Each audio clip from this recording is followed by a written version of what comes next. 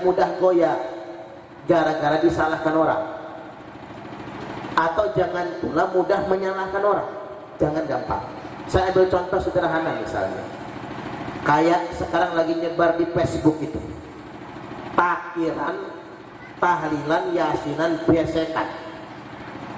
Di media sosial banyak nyebar tahlilan bid'ah, yasinan bid'ah, besekan haram.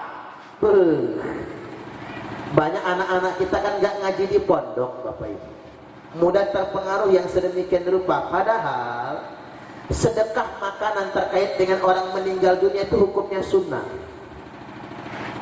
Boleh saya nambah waktu dikit lagi ya? Biar kita ini kalau belum tahu jangan cepat nyalahin, maksud saya.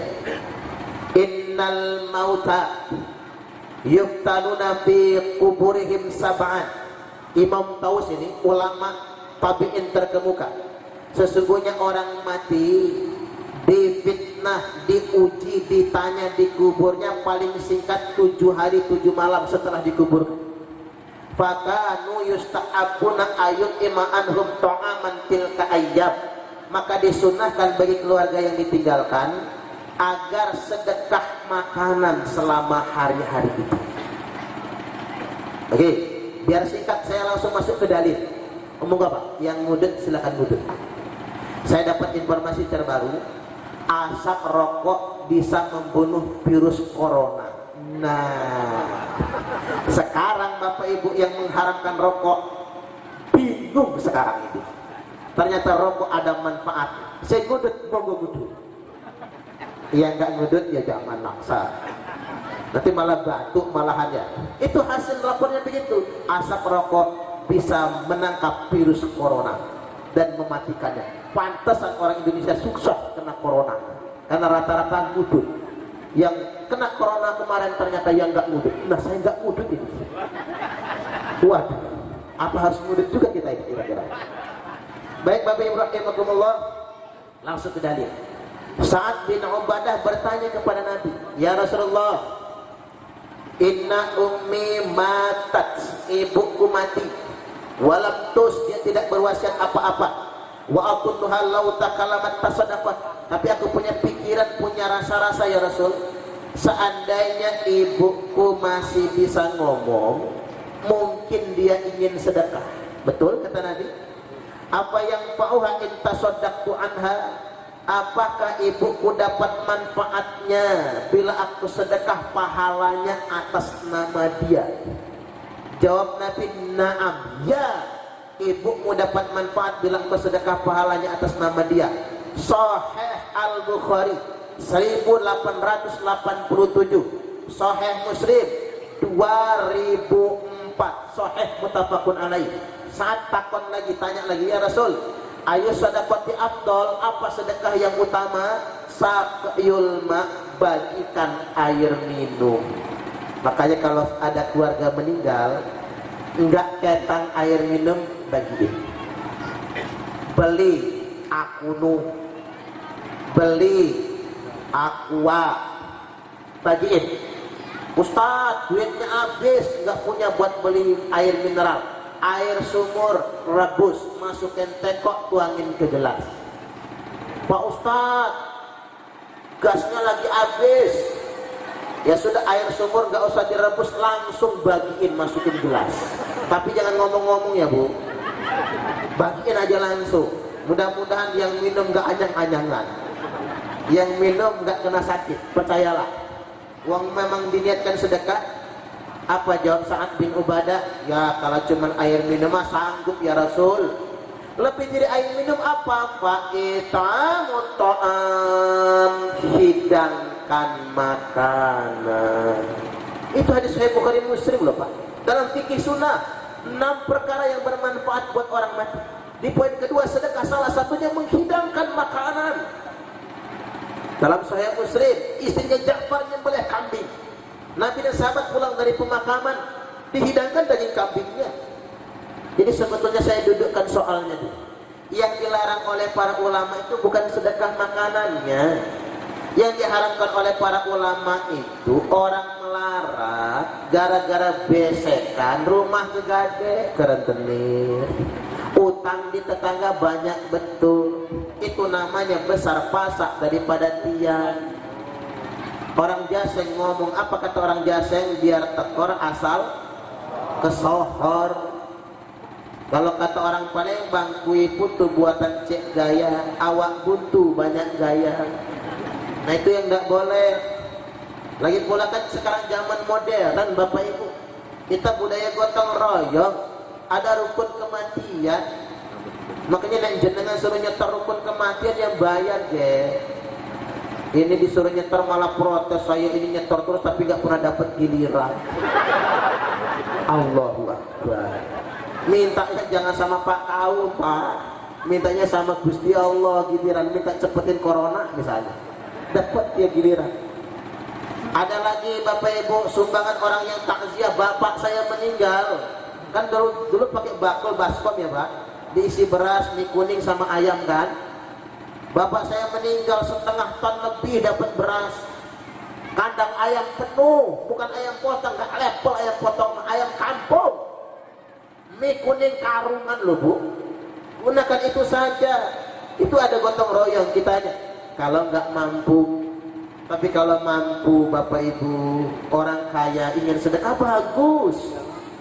Kemarin bos toko grosir Rizki Pasar Tengah, anak pertamanya meninggal dunia, semua yang takziah diamplopin. Di Pahoman saya pernah ceramah takziah, mantan bupati meninggal, semua yang takziah dikasih besek double.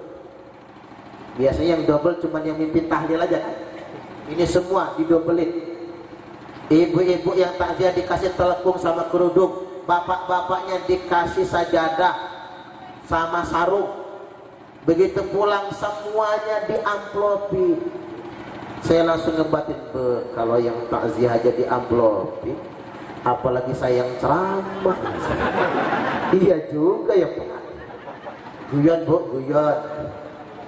Nah begini Bapak Ibu, kayak kebiasaan orang Lampung. Kebiasaan orang Lampung kalau ada orang meninggal zaman dahulu, Nyai meninggal, Yai meninggal, Siti, Sidi, Bakas, Tombay, nyembelih sapi, nyembelih kebo.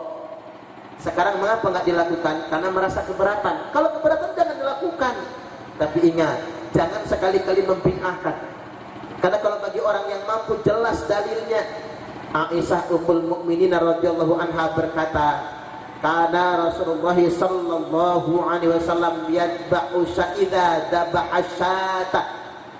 Bahwasanya Rasul apabila ketika beliau menyembelih seekor kambing yang besar, fayaqul, beliau bersabda, fa arsilu biha ila asdiqai Khadijah. Kirimkan, bagikan daging kambing ini sedekah untuk para tetangga kerabat atas Khadijah. Sahih Muslim nomor 6646. Ulama bersepakat hadis ini menunjukkan bolehnya sedekah nyembelih kambing, nyembelih kebo, nyembelih sapi atas nama orang yang wafat meninggal dunia. Biasanya orang Wahabi ngomong, mana dalilnya? Nabi mengerjakannya apa enggak? Jelas dalilnya, sahih hadisnya. Nabi sendiri yang mengerjakannya. Tapi ingat, kalau mampu. Kalau enggak mampu jangan. Apalagi jenengan mati meninggalkan janda dan hutang. Lebih baik enggak usah yang kayak gitu. Baik, demikian Bapak Ibu, itu cuma contoh saja. Sekali lagi, banyak hal yang orang awam jadi bingung kadang-kadang. Karena kita terjebak saling menyalahkan satu sama lainnya. Saya perlu tegaskan, kita ulama bukan, mujtahidin bukan. Kalau belum tahu dasarnya, kalau enggak mau mengamalkan, enggak usah diamalkan. Tapi yang penting jangan menyalahkan. Setuju atau setuju? Baik, demikian mari kita tutup dengan berdoa. Ila hadratin Nabiyil Mustafa Sayyidina Muhammadin wa alihi wa azwajihi wa awladihi wa dhurriyyatihi syai'un lillahi lahumul Fatihah. A'udzu billahi minasyaitonir rajim. Bismillahirrahmanirrahim. alhamdulillahi rabbil alamin arrahmanir rahim maliki yaumiddin iyyaka na'budu wa iyyaka nasta'in ihdinas siratal mustaqim siratal ladzina an'amta 'alaihim ghairil maghdubi 'alaihim waladdallin. Ya dzal jalali wal ikram, a'udzu billahi minasy syaithanir rajim. Bismillahirrahmanirrahim. Alhamdulillahi rabbil alamin. Hamdan syakirin hamdan na'imin, hamdan yuwafi ni'amahu wa yukafi'u mazidah.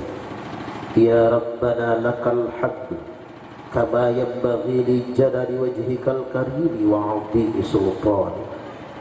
Allahumma salli wa sallim ala sayyidina Muhammadin wa ala alihi wa sahbihi wa barik wa sallim ajma'in. Allahumma ighfir lana dzunubana. Ya Allah, ampunilah dosa-dosa kami. Wali walidaina, dan ampuni dosa kedua orang tua kami. Warhamhum kama rabbawna shighara. Sayangilah mereka ya Allah, persis sebagaimana mereka menyayangi kami sejak kecil. Allahumma inna kunna natawassalu ilaika binabiyyina sayyidina Muhammadin sallallahu alaihi wasallam. Ya Allah, sesungguhnya kami semua yang hadir di sini bertawasul kepada, yakni kami bertawasul dengan Nabi kami. Wa bihadzal majlis, dan kami bertawasul dengan majlis pengajian Isra wal Mi'raj ini.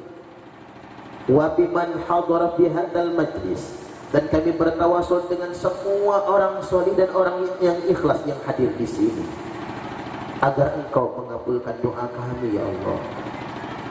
Rabbana ja'alna muqimas sholati wa min dzurriyyatina ya Rabbana.